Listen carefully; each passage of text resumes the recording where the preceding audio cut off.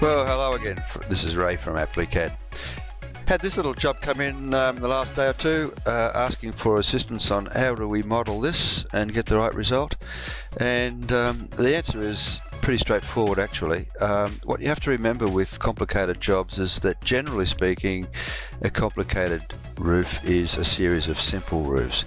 And if we break it down into a series of simple roofs and then use the tools that we've got for creating the model, and modifying it as required, then it's all pretty straightforward. And all these tips for using the tools are incorporated in our online training course. So if you've done the online training course, once I show you how to tackle this, all the tools should be known to you.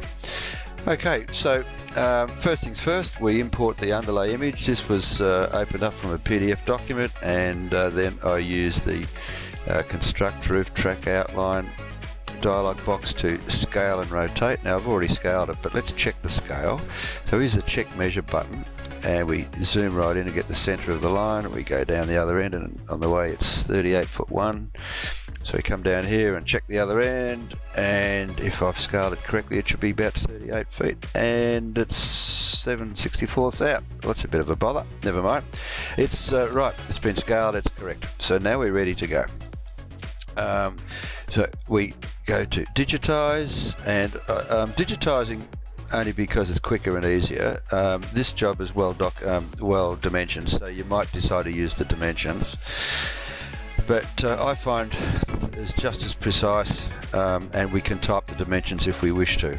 So I'm going to multiples of 45 degrees, that's orthogonal, that is to say all square, and I'm rounding everything to the nearest 1 inch. So we go OK. Now, first part of the roof is the big part here, so we'll start with that. Now we look at the part we're going to chop out later on, and we'll go to start in this corner and get the center of the line and come down here. Now the center of this, there's no roof, you see it's chopped out there. So I'm going to use my cursor and line it up with that gable end, and if down the center of the line, that's pretty spot on, and left click. Then we come across here to the other side. Now you might see that you might consider that to be ever so slightly out. Well, if you're not happy, just step back and zoom in closer and do it again. It's absolutely no problems. Okay, come across to this side, line it up with the line, and left click, and it's dropped back 1 inch. So right click, step back, and notice it's telling you what the length is. That's 36 feet. That's better. Now it's a rectangle, so I've done two sides. I right click, close square, and the job's done. The roof slope on this, according to the documentation, is 2.5 in 12. The eave height is 12 feet, so it's a metal roof. It's pitched and fascia and gutter. We hit OK, and I want a gable end on that end and a gable end on that end. Right click and yes, and continue, and it builds the roof. So that's the primary part of the first roof done. Now, two minds whether you do this part next or this part next, doesn't really matter. I think I'm going to do this part next, and looking at that, that's got a valley that comes right into the eave, and it's perfectly square, so that's going to be the same eave height on those two sides. So I reckon I'm going to start on this corner. Go again, track outline, no, digitize, rounding to the nearest 1 inch, and start in the middle of the line and come down here. Now we have a dimension over here, 20'9". Now I can actually go to the line, or I can just type D, 20'9". So you can use a combination, and notice the dimensions going in down there in the prompt area. I can use a combination of digitizing freehand or actually typing exact measurements. Oh, I hit enter. Sorry, wasn't paying attention there. Down 20'9". Enter. Okay, that's better. And it's exactly right. So Don't be afraid to use a combination. Sometimes it's really handy. This one's 11 foot 10, but it's actually not. It's 10 foot 10 because there's a one foot overhang there and 2 foot overhang there. So I can type right 10 foot 10, or I can just digitize. So all options exist. It's up to you. Now you see it's jumped back an inch. So you might go, you know what? I'm just going to go right 10 foot 10 because I then get exactly the right number, and it forms bang on the line. So, and down here the overhang is 17 foot 4 plus 2 foot each side, so that's 21 foot 4. So come down 21 foot 4, and that's the way. Now over here it's a little bit more vague. I want this ridge line to come through and finish there, and there's no dimension on that, so I'm going to use my cursor, and notice the cursor goes through the middle of the line, the up and down cursor. Left click, and that's smack on. Then we go right click, close square, and it's come up beautiful. Righto, so this is the same pitch because that's 45 degrees through there.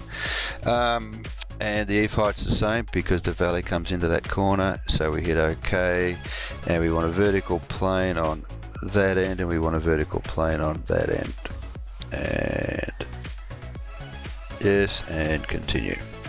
So there's our roof. That looks pretty good, eh?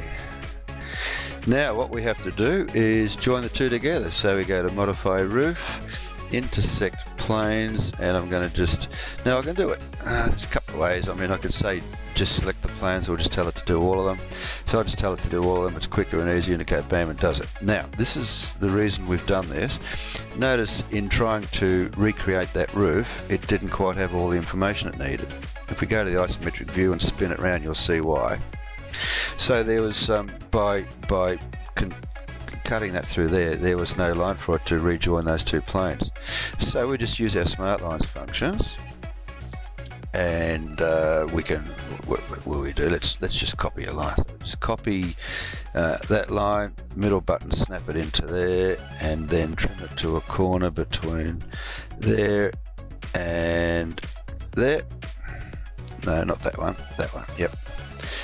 And then delete the planes because they're, delete the planes because they're incorrect. And we now don't need those two lines. We can delete those two lines as well. Delete that and that. And we probably don't need that sucker anymore. No, not the wall. We do need that one. And we'll put a corner in between that end of that eve line and that end of that gable, and then we put the plane back in. So you can see the using the functionality of the software and the Smartlines functions. Look, it's all pretty straightforward, eh? So that's in, that's done. I've got little fix up there, and I've got to put this dormer in. Now the dormer is on a bit of the roof that goes up the hill, so I've got to cut this into here. So modify roof again, cut out. I'm going to digitize the cutout. I'm going to use the visible planes. OK, and hit OK there. And the best place to start this is smack dab in the middle of that line there. That one. And just go up here somewhere. It doesn't matter anywhere. Just follow the line up outside the building and out there anywhere. Don't care where. And right click, close square. Now that will cut that exactly as we want it. Perfect. And now we just put that in as a dormer. So we're going to put the dormer in along that line, and if we don't know the dimensions, we can measure them. So we can measure from, I'll zoom in a bit so I can see what we're doing. Whoops. So I'm going to measure from that end to the center line of the dormer, making sure that we're using the option distance to center of the dormer, because the other option is distance to the edge of the dormer. Well, the center of the dormer is more precise. And that looks like it's about 31 foot 2 inches, so we'll round up to the whole number. The width of the dormer, we can measure that. I'm not fussed about the underlying structure, I'm only interested in the dormer, so we measure the width from the eave of the dormer from there down to there. And that's 17 foot, that's near enough to 17 foot 4, so we'll go 17 foot 4.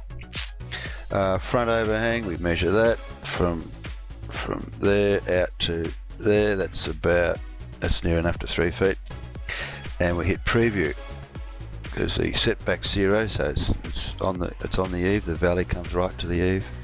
The side length, well, there's no side because it stops at the eave. The side would be if it went up there somewhere, and there's no gap or anything else. We preview, and wow, that's spot on. We hit OK and the dormer goes in. Okay, so there we go. The bulk of the roof is done, but there's this little wrinkle down here. Now it's not immediately evident, but the roof actually stops there, and this roof comes along. You see the dashed line? It goes all the way into there. So the way to fix that, if we look at this, get some idea of size.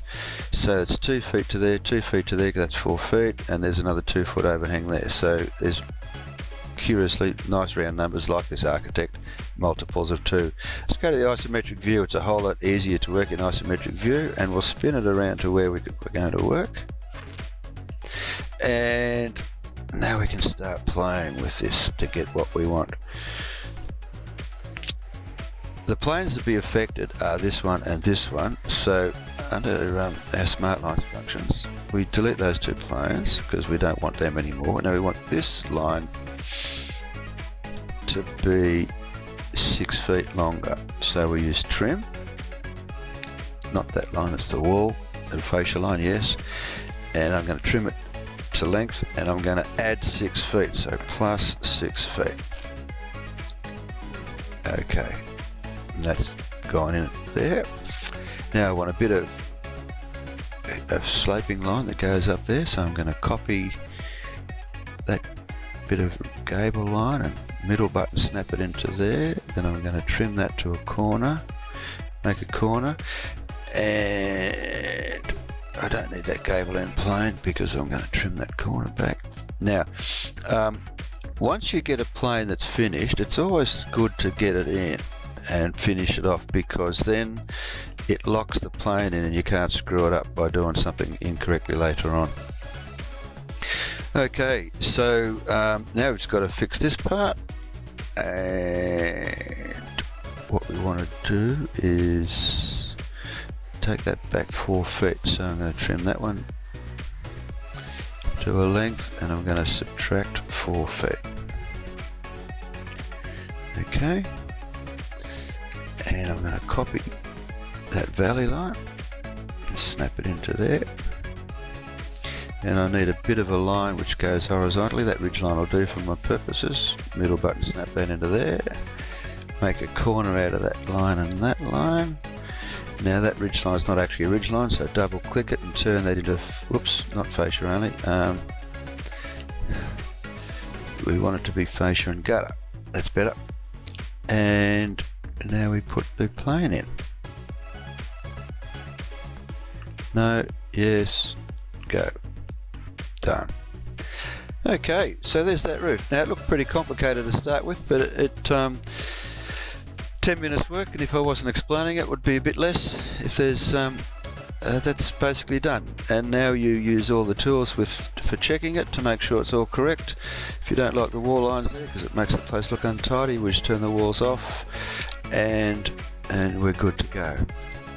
Remember, even if it takes us a little bit longer to create the 3D model, the reason we create it is that now we know what everything is, and we know the length of everything, and we can check it, and we can go all over it with a fine-tooth comb to make sure that it's correct.